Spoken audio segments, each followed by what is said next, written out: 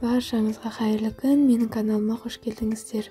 Бүгін рассольник сорпасының рецептісімен бөлісетін боламын. Подписаться кнопкасын басып, менің каналыма тіркеліп қойыңыздар.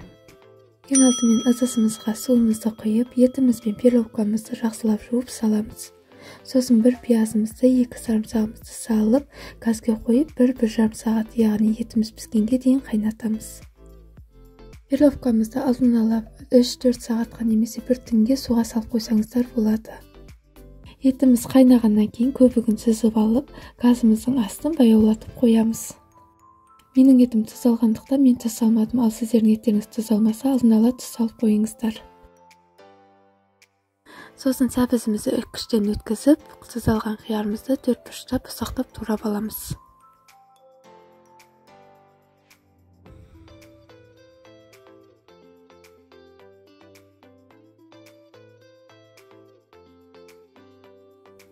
Сосын картошкамызды де орташалап 4 бұрыштап турап аламыз.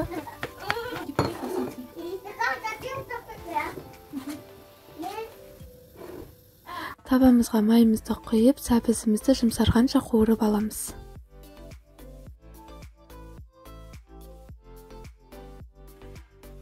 Сәбізіміз жұмсарғаннан кейін тұздалған қиярымызды салып, тағы да 4-5 минут қуырып аламыз.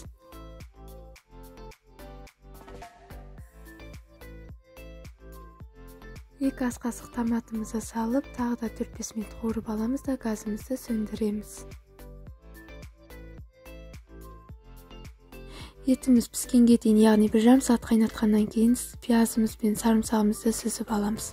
Сосын етімізді де сүзіп алып, қуырылған салмамыз бен картошкамызды салып, тағы да жарты сағат қайнатып аламыз.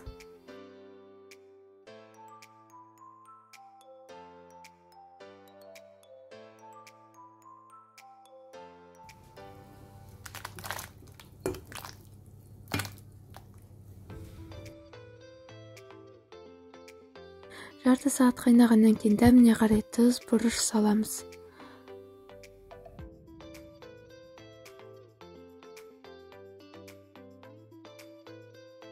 Піскен етімізді турап саламыз, сосын рассольнигімізді құйып, лавр жапырағын салып, бетін жаппай 5 минут қайнатып аламыз.